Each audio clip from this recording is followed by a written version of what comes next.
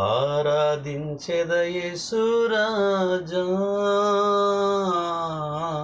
నిన్నే ఆరాధించేదా. ఆరాధించెద యేసురాజా, నిన్నే ఆరాధించేదా. ఆరాధించేదా, ఆరాధించేదా, నా ప్రాణమున్నంత వరకు. నే మట్టిలో చేరే వరకు, నా ప్రాణమున్నంత వరకు, నీ మహిమలో చేరే వరకు. మంచిది ప్రియులారా, దేవుని వాక్యంలోకి వెళ్దాము. నేటి దినాన మనం నేర్చుకోబోయే అంశము ఆరాధించవలసిన స్థలము. ఆరాధించవలసిన స్థలము. ఈ అంశం ద్వారా మనము లేఖనాలను పరిశీలన చేసుకుందాం. ఈ రాత్రి కాలమందు ద్వితీయోపదేశ కాండము 12వ అధ్యాయము 5 నుంచి 7 వచనాల వరకు మనం చూద్దాం. 5 నుంచి 7 వరకు. మీ దేవుడైన యెహోవా మీ సమస్త గోత్రములలో తన నామమును స్థాపించుకొనుటకు నివాస స్థానముగా ఏర్పరచుకొను స్థలమును వెదకి అక్కడికే యాత్రలు చేయుచుండవలెను. అక్కడికే మీరు మీ దహన బలులను, మీ బలులను, మీ దశమ భాగములను, ప్రతిష్ఠితములుగా మీరు చేయు నైవేద్యములను, మీ మొక్కుబడి అర్పణములను, మీ స్వేచ్ఛార్పణములను, పశువులలోను గొర్రె మేకలలోను తొలుచూలు వాటిని తీసుకొని రావలెను. మీరును మీ దేవుడైన యెహోవా మిమ్మల్ని ఆశీర్వదించి మీకు కలగజేసిన మీ కుటుంబములను మీ దేవుడైన యెహోవా సన్నిధిని భోజనం చేసి మీ చేతి పనులన్నిటి యందు సంతోషింపవలెను. ఈ లేఖనాన్ని మనము ద్వితీయోపదేశ కాండము 12వ అధ్యాయము 5 నుంచి 7 వరకు మనం చూసుకున్నప్పుడు ఇక్కడ పరిశుద్ధ స్థలముల గురించి తెలియబడుతున్నది. దేవుని వెతుకుట గురించి తెలియపరచబడుతున్నది. ఆలయమునకు వెళ్ళుట గురించి తెలియబడబడుతున్నది. దహన బలి, సర్వాంగ దహన బలి, 10వ వంతు ఇచ్చుట గురించి, ప్రతిష్టార్పణం గురించి, స్వేచ్ఛార్పణ గురించి, అలాగనే సంతోషము అవసరమైన దాని గురించి, ఆశీర్వాదాల గురించి ఈ లేఖనాల్లో మనకు క్లుప్తంగా దేవుని వాక్యం తెలియపరుస్తూ ఉన్నది. అయితే నేటి దినాన మనం నేర్చుకోబోయే అంశము దేవుని ఆరాధించవలసిన స్థలం గురించి మనం ఆలోచన చేస్తూ ఉన్నాం. పాత నిబంధన కాలంలో ఉన్నటువంటి పరిస్థితులను బట్టి మరి యెరూషలేమునకు వెళ్ళేవారిగా ఉంటూ ఉన్నారు. పాత నిబంధన కాలంలో మొక్కుబడి కానుకలను చెల్లించేవారు. పాత నిబంధన కాలంలో దహన బలులను అర్పించేవారు. పాత నిబంధన కాలంలో స్వేచ్ఛార్పణలు అర్పించేటటువంటి వారు. పాత నిబంధన కాలంలో ఉన్నటువంటి విషయాలను మనం ఆలోచన చేస్తే మరి చాలా ఉంటూ ఉన్నాయి.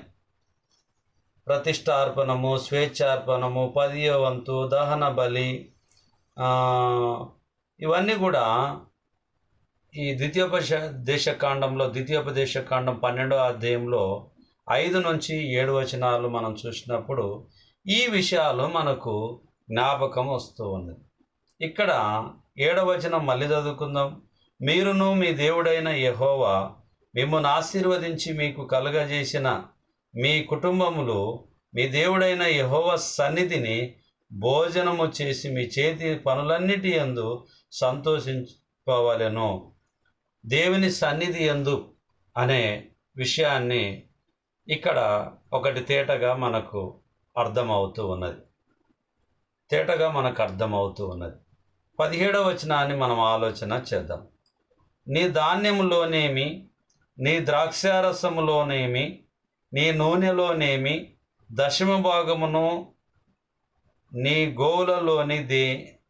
గోవులలోనిదేమి, నీ గొర్రె మేకల మందలోనిదేమి, తొలిచూలు పిల్లలను నీవు మ్రొక్కుబళ్ళలో దేనిని నీ స్వేచ్ఛార్పణమును ప్రతిష్టార్పణమును నీ ఇంట తినక, నీ దేవుడైన యెహోవా ఏర్పరచుకొను స్థలముననే నీవు నీ కుమారుడు, నీ కుమార్తె, నీ దాసుడు, నీ దాసి, నీ ఇంట నుండి లేవీయులు కలుసుకొని నీ దేవుడైన యెహోవా సన్నిధిని తిని, నీవు చేయు ప్రయత్నములన్నిటిలో నీ దేవుడైన యెహోవా సన్నిధిని సంతోషించుదువు.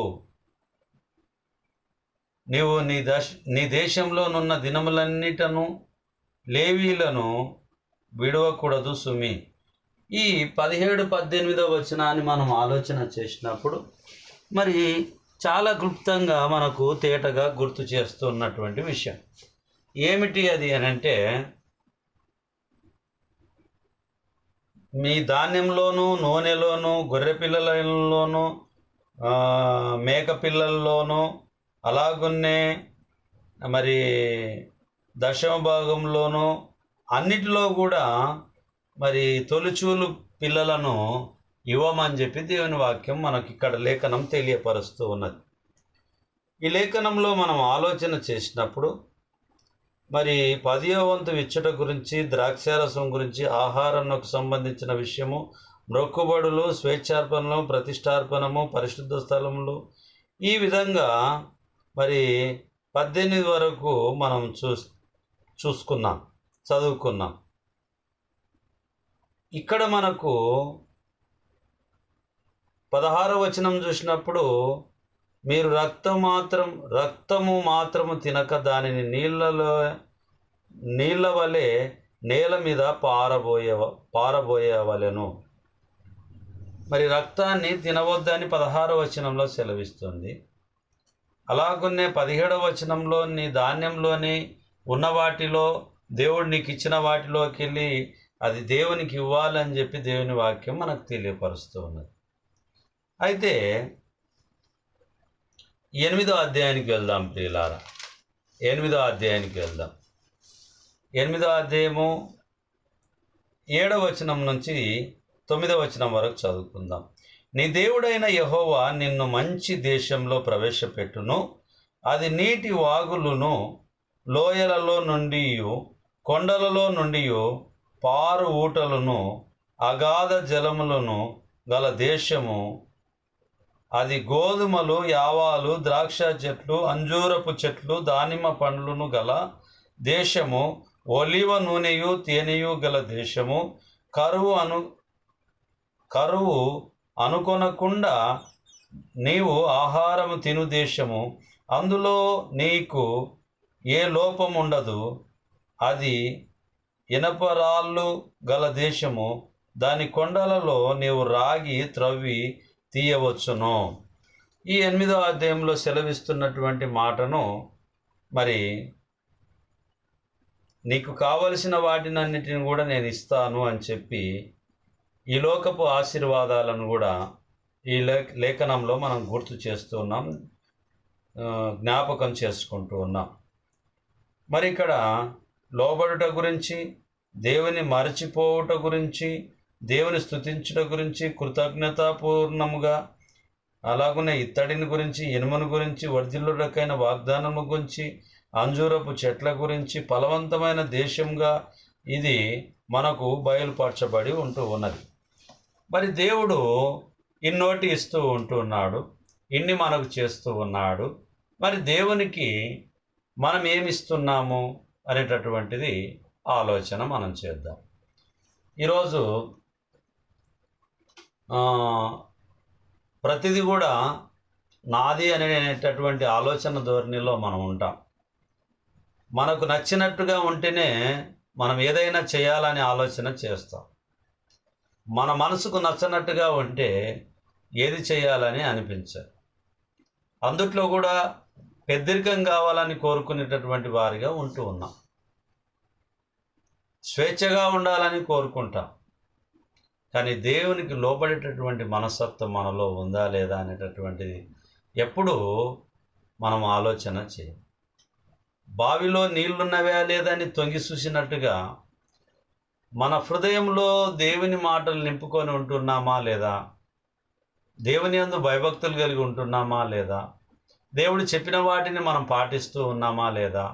దేవుని చిత్తాన్ని మనం జరిగిస్తూ ఉంటున్నామా లేదా అని ఏ రోజు ఏ కోణంలో కూడా మనం ఆలోచన చేయగలిగినటువంటి వారము కొద్దిమంది ఉండవచ్చు. అందరూ కాదు, కొద్దిమంది ఉండవచ్చు. అందరూ అన్ని వేళలో జ్ఞాపకం చేసుకోవచ్చు, దాన్ని పాటించే వాళ్ళు కొద్దిమంది ఉండవచ్చు. కాబట్టి ప్రియులారా, 8వ అధ్యాయంలో మనకు సెలవు ఇవ్వబడుతున్నటువంటిది ఏమిటంటే, ఇస్రాయేలు జనులు మీద ఉన్న దేవుని కరుణను గురించి, కనికరమును జ్ఞాపకం చేసి వారు విధేయులుగా ఉండాలని ఉపదేశించుట గురించి ఈ మొదటి వచనం నుంచి 18 వచనాల వరకు ఈ 8వ అధ్యాయంలో మనకు రాయబడి ఉన్నది. కరుణ చూపించడానికి దేవుడు ఇక్కడ ఈ లేఖనంలో మనకు చూపిస్తూ ఉన్నాడు ఇశ్రాయేలీలకు గురించి. ఇప్పుడు నిర్గమకాండానికి వెళ్దాం ప్రియులారా. నిర్గమకాండము 12వ అధ్యాయము 16వ వచనాన్ని చూద్దాం. నిర్గమకాండము 12వ అధ్యాయము 16వ వచనాన్ని చూద్దాం. ఆ మొదటి దినమున మీరు పరిశుద్ధ సంఘముగాను 7వ దినమున పరిశుద్ధ సంఘముగాను కూడుకొనవలెను. ఆ దినముల యందు ప్రతివాడు తినవలసినది మాత్రమే మీరు సిద్ధపరచవచ్చును. అదియుగాక మరి ఏ పనియు చెయ్యకూడదు. ఏ పని చెయ్యకూడదు. ఇక్కడ క్లుప్తంగా మనం ఆలోచన చేస్తే, సంవత్సరము ఆరంభ మాసము మార్చబడుట, పస్కా నియమింపబడుట, పస్కా ఆచార రీతి, పులియని రొట్టెలు తినుట గురించి, ఐగుప్తీయుల గృహములలో జ్యేష్ఠ కుమారులు మరణించుట గురించి, ఇశ్రాయేలు జనులను ఐగుప్తు నుండి వెలగొట్టుట గురించి, పస్కా పండుగను గురించి, కట్టడ గురించి ఇక్కడ ఈ యొక్క నిర్గమకాండంలో 12వ అధ్యాయంలో మనకు రాయబడి ఉన్నది. పస్కా గురించి మనం ఆలోచన చేసినప్పుడు, మరి యేసుక్రీస్తు ప్రభు వారి గురించి, గొర్రెపిల్లను గురించి మనం ఆలోచన చేసినప్పుడు, యేసుక్రీస్తు ప్రభు వారి గురించి దేవుని వాక్యం మనకు తేటగా గుర్తు చేస్తూ ఉన్నది. పస్కా అనగా వదకు తేబడినటువంటి గొర్రెపిల్లగా యేసుక్రీస్తు ప్రభు వారి గురించి దేవుని వాక్యములన్నీ కూడా మనకు చూపిస్తూ ఉన్నాయి. నిర్దోషమైనదిగా ఉండాలని చెప్పి 5వ వచనంలో గొర్రెపిల్లను భుజించుటకు ప్రతి వాని భోజనం పరిమితిని బట్టి వారిని లెక్కించవలను. నిర్దోషమైన అయినా ఏడాది మగపిల్లను తీసుకొనవలను. గొర్రెల నుండి అయినను మేకల్లో నుండి అయినను దాన్ని తీసుకొనవచ్చును. ఇవి నియమ నిబంధనల గురించి ఈ నిర్గమకాండం 12వ అధ్యాయంలో మనకు గుర్తు చేస్తూ ఉన్నది. మరి పస్కా యొక్క క్రొత్త భావం గురించి మనము కొత్త నిబంధనలో మనం చూస్తాం. కొత్త భావం గురించి ఎందుకనంటే, కొరింథీ పత్రిక 5వ అధ్యాయం నుంచి 5వ అధ్యాయము 7వ వచనంలో మనం ఒక మాటను మనం చూద్దాం ప్రియులారా. మొదటి కొరింథీ పత్రిక 5వ అధ్యాయము 7వ వచనాన్ని చూద్దాం. 5వ అధ్యాయము 7వ వచనం. మీరు పులిపిండి లేని వారు గనక క్రొత్త ముద్ద అవుటకై ఆ పాతదైన పులిపిండిని తీసి పారవేయుడి. ఇంతేకాక క్రీస్తు అను మన పస్కా పశువు వధింపబడెను. పాత నిబంధనలో ఉన్నటువంటి పస్కా గురించి, పండగ గురించి మనకు లేఖనాలు గుర్తు చేస్తూ ఉన్నాయి.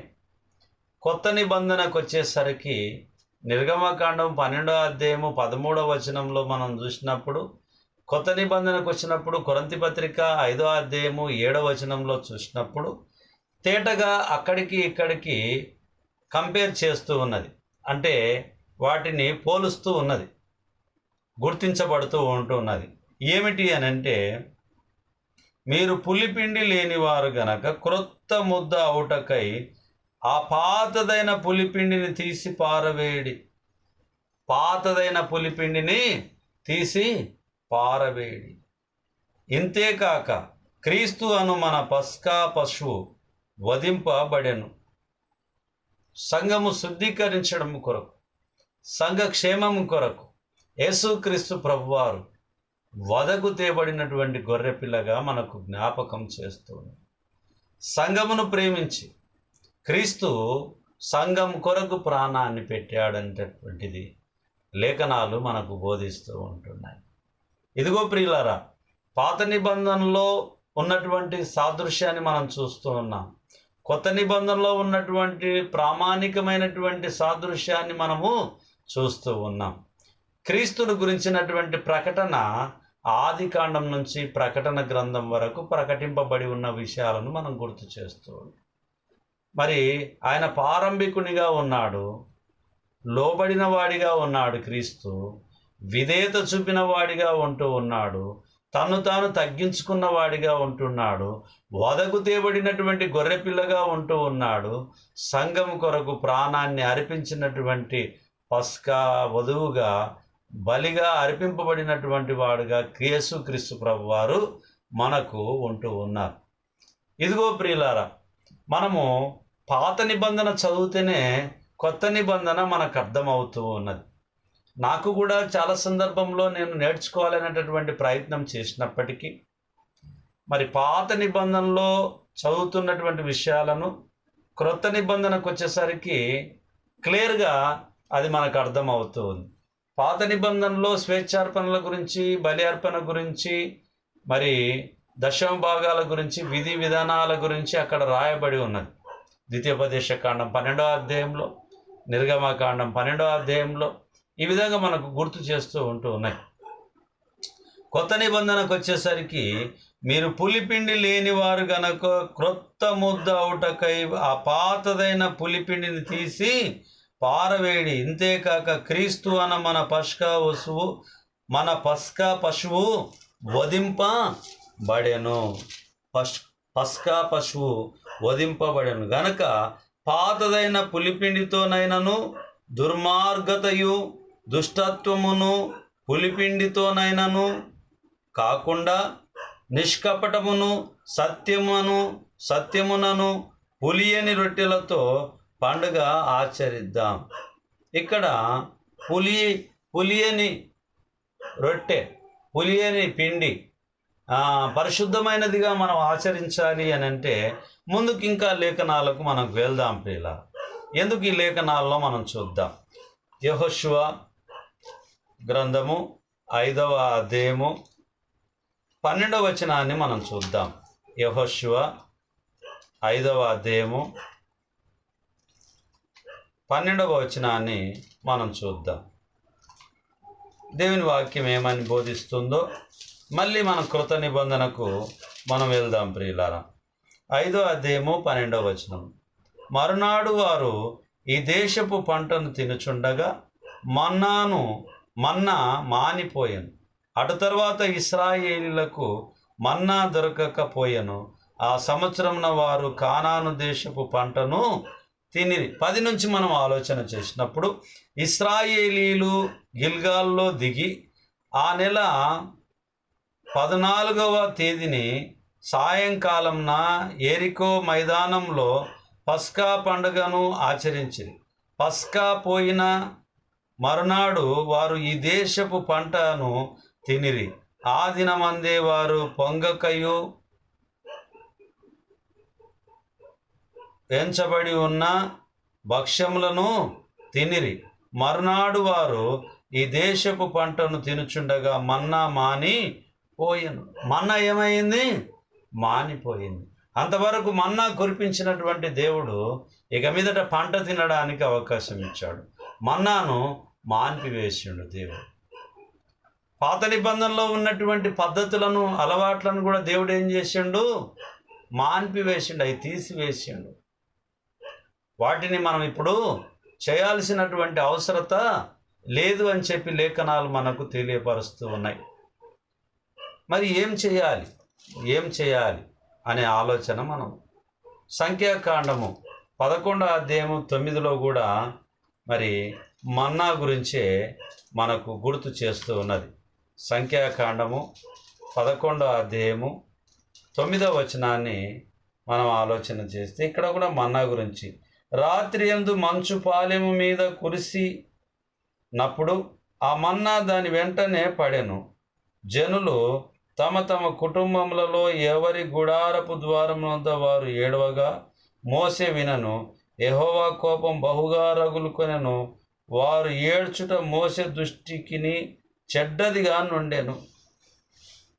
మరి సంఖ్యాకాండంలో మన్నాను దేవుడు ప్రజలందరికీ కూడా కురిపించి ఉంటున్నాడు. ఇశ్రాయేలీలకు ప్రజలకు జనులు సనుగుట దేవుని శిక్షకు కారణమై ఉన్నది. మన్నా వారికి ఇష్టం లేకపోవట గురించి ఈ లేఖనం తెలియపరుస్తున్నది. దేవుడు కోపంతో పొరేళ్లను పంపుట గురించి ఈ సంఖ్యాకాండం 11వ అధ్యాయంలో మనకు తేటగా గుర్తు చేస్తూ ఉన్నది. వీటి సారూప్యం కన్నిటికీ మరి మూలాధారమైనటువంటి క్రీస్తు దగ్గరికి మనం వెళ్దాం. ఇప్పుడు క్రీస్తు దగ్గరికి వెళ్తే మనకు చాలా విషయాలు మనకు అర్థమవుతాయి. ఎఫెసీ పత్రిక 1వ అధ్యాయము 21 నుంచి చదువుకుందాం ప్రియులారా. 20 నుంచి చదువుకుందాం. ఆయన ఆ బలాతిశయము చేత క్రీస్తును మృతులలో నుండి లేపి సమస్తమైన ఆధిపత్యము కంటెను, అధికారము కంటెను, శక్తి కంటెను, ప్రభుత్వము కంటెను ఈ యుగము నందు మాత్రమే గాక రాబో యుగము నందును పేరు పొందిన ప్రతి నామము కంటెను ఎంతో ఎచ్చుగా పరలోకమందు ఆయనను తన కుడిపార్శ్వమున కూర్చుండబెట్టుకొని ఉన్నాడు.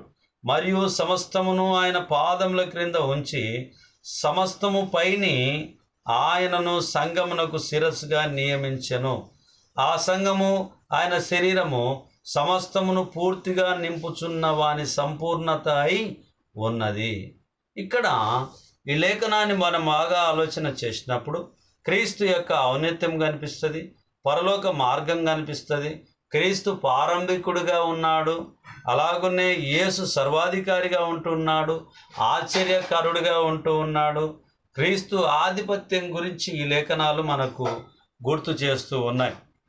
సంఘమునకు ఆయన శిరసై ఉన్నాడు, సంఘము క్రీస్తు శరీరమై ఉంటూ ఉన్నది. క్రీస్తు యొక్క సంపూర్తి మరి క్రీస్తు అయి ఉంటూ ఉన్నాడు. ఇదిగో ప్రియులారా, పాత నిబంధనలో మరి ఏటేట బలులు అర్పించేటటువంటి వారు, యాజకుడు మారాడు. పాత నిబంధనలో ఉన్నటువంటి ఏడాదికి ఒక యాజకుడు మారేటటువంటి వాడిగా ఉంటూ ఉన్నాడు. కానీ మనకు ప్రధాన యాజకుడైనటువంటి యేసుక్రీస్తు ప్రభువారిని మార్చనటువంటి యాజకుని, ప్రధాన యాజకుని మన దగ్గరికి పంపించబడి ఉంటూ ఉన్నది. కాబట్టి ప్రియులారా, ఆ యాజకత్వంలో ఏడాదికి ఒకసారి యాజకులు మారేవారు, బలి అర్పణలు అర్పించేవారు, స్వేచ్ఛార్పణలు ఇచ్చేటటువంటి వారు. అలాగున్నే మరి దశమ భాగాలు ఇచ్చేటటువంటి వారు. మరి తొలిచూలు మేకపిల్ల కానీ గొర్రెపిల్ల కానీ మరి పశువులలో వాటిని దేవునికి ఇచ్చేవారు. మరి మార్పులు చేర్పులు జరిగి ఉంటున్నాయి. పాత నిబంధనకు కొత్త నిబంధనకు చాలా మార్పులు జరిగి ఉంటూ ఉన్నాయి. పాత నిబంధనలో దశమ భాగం తప్పకుండా ఇవ్వాలని చెప్పి లేఖనం తెలియపరచబడింది. కొత్త నిబంధనకు వచ్చేసరికి వర్ధిల్లిన కొలది ఇవ్వమని చెప్పి మనకు కొరింథీ పత్రికలో మనకు తెలియపరచబడుతూ ఉంటున్నారు. ఎందుకు ఈ విషయాన్ని అని అంటే, అప్పుడు దశమ భాగం కొరకు మాత్రమే నీవు ఇంతే మాత్రమే ఇవ్వాలి అనేటటువంటి నిబంధన చేయబడి ఉన్నది. ఇప్పుడు అంతకు మించి ఇవ్వమని చెప్పి దేవుని వాక్యము తెలియపరుస్తూ ఉన్నది.